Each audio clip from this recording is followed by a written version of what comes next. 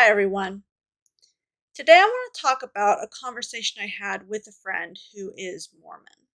And this was a very difficult conversation for me, and it was a long time coming because I had been friends with this person at BYU, and we'd kept up afterward, right up until about the time I stopped attending church. And then I really didn't want to talk to her at that point because she was very into the church. The church was a big part of her life, as it had been a big part of my life. And I'd seen the way she reacted to other people having issues with the church in the past. And the way she reacted had given me the impression that if I told her I was having issues with the church and I wasn't going to church, she would assume that it was happening for other reasons than it was. And so I didn't want to get into that conversation at that time. And so I sort of halfway ghosted her. I responded to some of the things she texted me, but I would just ignore her if she wanted to talk or if she asked me how my life was going or anything like that. So it was very weird and uncomfortable. And it probably wasn't the best way to handle the situation, but I really wasn't ready to have that conversation about why I stopped going to church at that time. So I didn't. But when I officially left the church last year, I decided that if she reached out to me again, I would actually have a conversation with her and explain what had happened and where I stood. I still wasn't really ready to have that conversation when the time actually came and she actually reached out to me recently, but I knew that I never would be. And so I decided that I needed to go through with it and I needed to actually tell her this is what happened, this is what I did, this is why.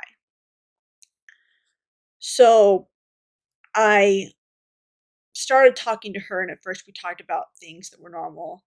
And then I started spilling my story. And my story, I have kind of given in a couple of different parts on this YouTube channel. But basically, to summarize the beginning of my story, I had issues with the Book of Mormon for years, and they were centered around the way the Lamanites were portrayed in the Book of Mormon, which has to do in some cases with racism in the Book of Mormon, but also just the way the Lamanites were portrayed. It's all connected, obviously, but the way the Lamanites were portrayed did not seem realistic to me, and it bothered me. And that bothered me for years. And finally, um, I had been dealing with this for years. And then in 2018, I had a manic episode where I had a lot of experiences that I thought were revelation from God that I found out weren't when I found out I was having a manic episode. And so after things had all calmed down and I was on meds, I realized that was all fake. Can I trust anything else I've ever experienced in my life that I thought was a spiritual experience? And the answer I came up with was no. And so once I dropped that all as evidence for the church being true, then I realized after a bit that I didn't believe in a lot of what the church was saying. Particularly, I didn't believe in the Book of Mormon. And so at that point, I stopped going to church because I felt like the church was like a club for people who believed in the Book of Mormon. And I really didn't belong in that club if I didn't believe in the Book of Mormon. So I stopped going to church. And that is the beginning of my real steps to journey out of the church. And since then, other things have happened. I have talked to other people who underwent transitions out of believing in Mormonism. I have been on ex Mormon Reddit. I have read the CES letter. I have watched some different Mormon stories videos and some other ex Mormon content creators. And I have ultimately removed my records from the church due to a decision that was made by my local bishop, which I felt very strongly was wrong, and which I'm not going to go into detail about on this channel because it involves details related to somebody else that I don't think it's best to share online publicly at this time. So when I went through that story, I went through it step by step, and I did share more details with my friend that I'm going to share on here in a couple of cases. And I shared less with her than I shared on here in a couple of cases. I didn't get into why I had issues with the Book of Mormon. That didn't actually come up. But I went through it step by step, and I didn't tell her the end result before I told her the steps leading up to it. So it went piece by piece through the story of this is what happened, not letting her know what the end result would be before I got to that point. And she listened. Mostly she listened really well. And she asked questions and made observations that obviously showed that she was still in the church and still completely believed it. But it was definitely a good conversation. And I'm just going to tell you the end result, which is that she was sorry for me, but she wasn't horrified to the point of wanting to cut off our friendship. She has siblings that are already less active. And so it wasn't the end of the world for her, and it wasn't the end of the world for us. And that was very good. But I will talk about some of the things she said on the way through that I didn't respond to, um, that I thought were interesting, and some of the things I said on the way through that maybe I would have said differently if I was doing it again. And the first thing that she said um, was she asked me when I described having problems with the Book of Mormon vaguely, she asked me if I went to the temple. And I said, well, sometimes I did and sometimes I didn't. I actually don't think I've ever gone to the temple regularly, but I told her that I had issues with the temple. And I made another video about a lot of issues with the temple. The only issue that I brought up with the temple itself that I had to her, though, was that the aprons were green, and I'd been told all my life about white temple clothing, and that kind of freaked me out. But there were a couple other things that happened on that day that just happened to me that made the experience uncomfortable. One of them I'll just share, which was that they gave me garments that were the wrong size because at the time I was skinnier than I am now. And because of my height, I'm pretty tall. It looked like I was supposed to wear a smaller size than I was. And so the first garment pair I tried on, the garment bottoms, didn't even fit me, and they had to go and get another pair. That pair didn't fit me either, but at least I could get them on. And so I spent the whole endowment ceremony wearing garments that didn't even fit. And so that was just one thing that happened to make that day particularly stressful. But there were a lot of things connected to the actual endowment that made that day stressful. And if you want to see that, you can watch my other video. I guess I'll put a link to that in the description of my video about temple issues. But I told her about that, and then she told me her experience with the temple and a thing about her experience with the temple, and she mentioned that the women don't veil their faces when they pray anymore.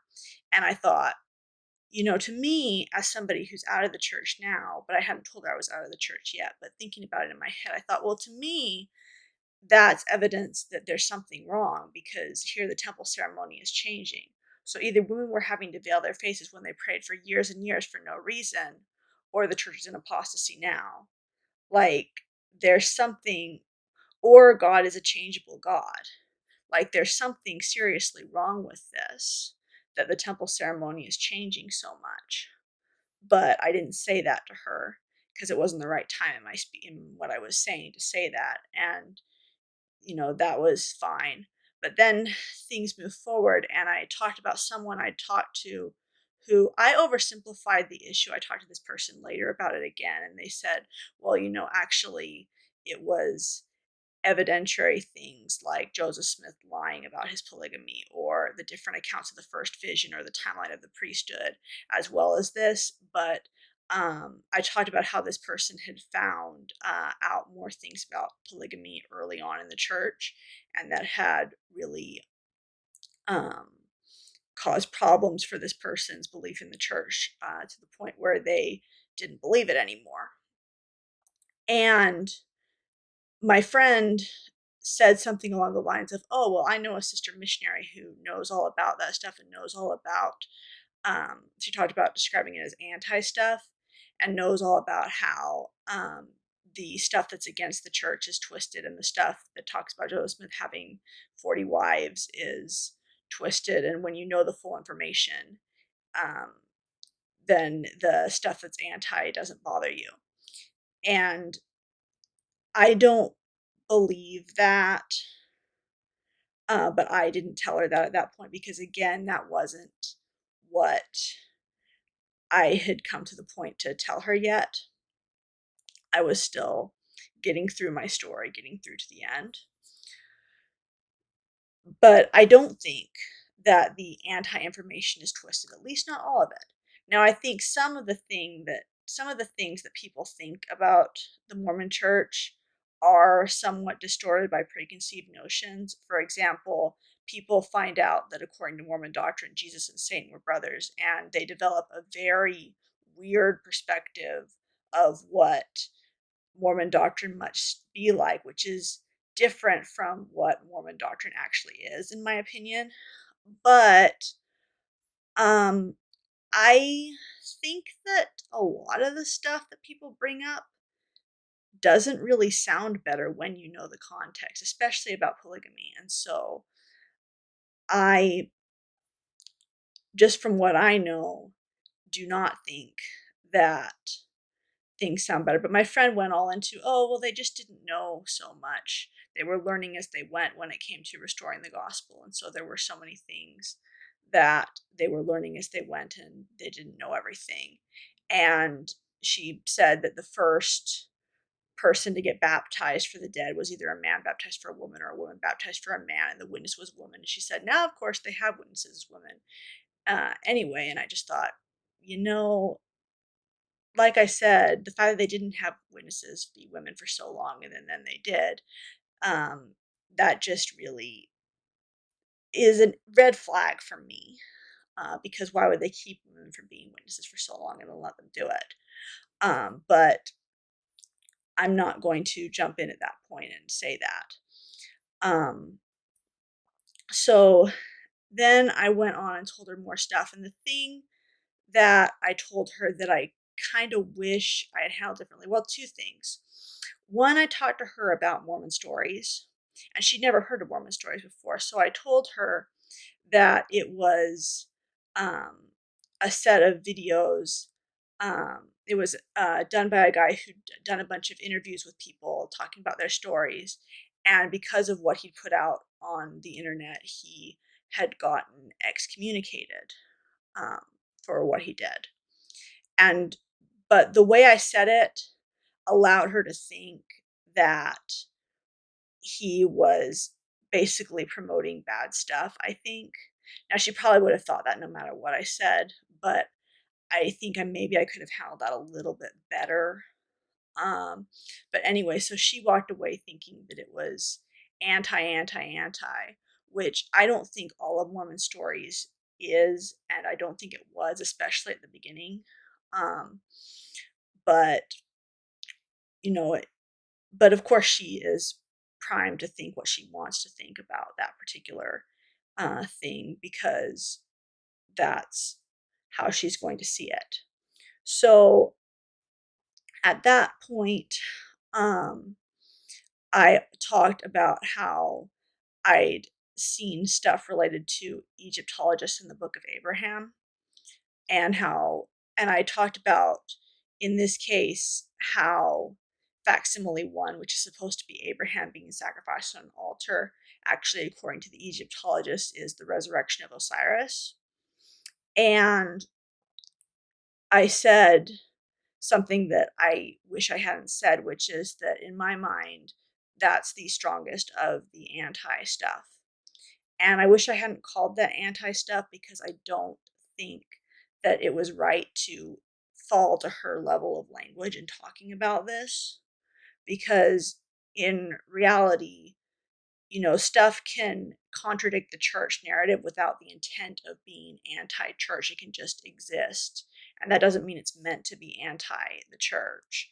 And I wish that I had said something a little bit different in order to not just confirm her ideas of what it means to be against the church, because I think her ideas of what it is to be against the church are probably inaccurate. But anyway, I got to the end of my story and I talked about my bishop's decision, and I talked about it in more detail than I'm going to share on my channel. And her idea was that it was a bishop making a bad decision locally, which I think that that is partly true, but also partly not, because I do think this decision, although I can't get into it here, was heavily influenced by church doctrine as a whole. And so I do not feel that I was just getting mad at the one bishop. That was a huge part of it, but I was also pretty mad about the way the system had been set up to allow things like that to happen, and the way the doctrine had been set up to promote the line of thinking that led to that decision in the first place. And so I really don't feel like it was about me being offended by one person, but I know my friend probably saw it that way. But in any case, once I told her about everything, and when I told her how my records were removed, she said, "Oh, well, that's bad," but like I said, she still wanted to talk to me. And I told her that I didn't want to cause problems for her relationship with the church if the church was actually help making her family happy at this point. And I don't, I didn't, but at the same time, I did mention the thing about the Book of Abraham earlier in the conversation. And looking back on that, that may seem contradictory, and maybe it is contradictory. Maybe if my motives really are what I think they are, I shouldn't have said that. But part of me would like to share the truth with her, but at the same time, I also think that that's a very hard thing to take. And so I see myself as just kind of feeling out the waters. Like, if she's not ready for that, I'm not going to try to dump a whole bunch of stuff on her, because I don't think that'll be helpful either way. Because either it'll drive her more strongly into the church, or it'll make her completely miserable and her whole life could fall apart. Her marriage could even fall apart. And I don't want that to happen to her. But at the same time, I didn't tell her this, but I am worried about her children, because just because the church is not bad for her personally right now doesn't mean it won't be bad for her kids at some point, especially if either one of them ends up feeling in a particular way, if uh, being gay, or realizing that they don't feel comfortable with the body that they're in and they want to transition, you know, that will make things just so much harder for them to deal with um, that situation if they are still a believing member of the church, because I think it creates a lot of false beliefs around those issues. And so that is something I really worry about for her kids.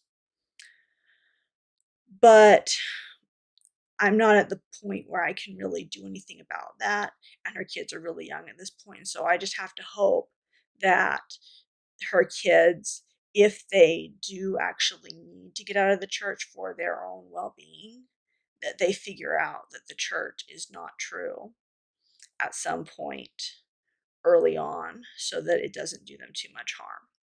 And so I didn't tell her how I felt about her kids potentially, but in response to me telling her that I didn't want to basically wreck her testimony, she said, "Oh, well, you couldn't."